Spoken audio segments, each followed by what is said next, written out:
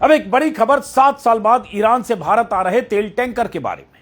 2019 में अमेरिकी दबाव में भारत ने ईरान से कच्चा तेल लेना बंद कर दिया था, लेकिन अब एक तेल टैंकर आ रहा है। इंडियन एक्सप्रेस की खबर के मुताबिक ईरान से चला पिंगशुन नाम का एक तेल टैंकर भारत पहुंचने के रास्ते में है। इस तेल टैंकर में करीब 6 लाख बैरल ईरानी कच्चा तेल लदा है। ईरान के खार्ग आइलैंड में 4 मार्च को इस तेल टैंकर को लोड किया गया था। 4 अप्रैल तक इसके गुजरात के वडियार पोर्ट पहुंचने की संभावना है।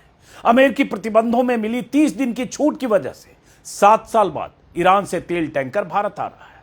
ईरान वार की वजह से पैदा हुए तेल संकट के बाद 21 मार्च को अमेरिका ने ईरान से तेल खरीदने की छूट दी थी।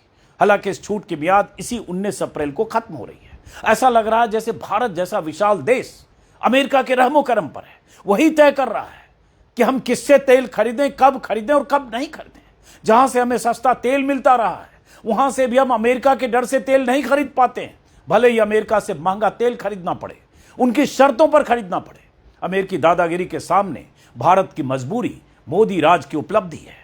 2019 के पहले इराक और सऊदी अरब के बाद ईरान भारत का तीसरा बड़ा तेल सप्लायर था।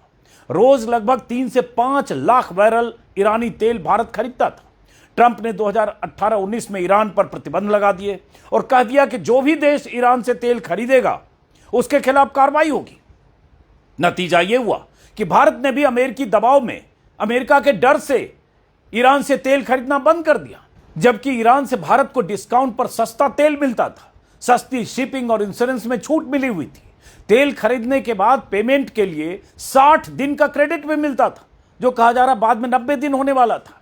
इतना ही नहीं, ईरान भारत को दूसरे देशों के मुकाबले 2 से 5 डॉलर प्रति बैरल सस्ता तेल देता था। अमेरिका ने जब ईरान के न्यूक्लियर प्रोग्राम को लेकर ईरान पर तमाम तरह के प्रतिबंध थोप दिए, पेमेंट के स्विफ्ट जैसे रास्तों को बंद कर दिया, तब भारत ने ईरान को रुपए में पेमेंट करना शुरू किया। जितना भी तेल भारत ईरान से खरीदता था, उसका करीब 45% पेमेंट भारतीय करेंसी में किया जाता था। कोलकाता के यूको बैंक में ईरान का अकाउंट था।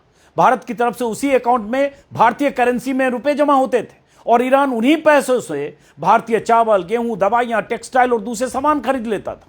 बाकी का पेमेंट यूरो या दूसरे रास्ते से किया जाता था। यह सिस्टम दोनों के लिए फायदेमंद था।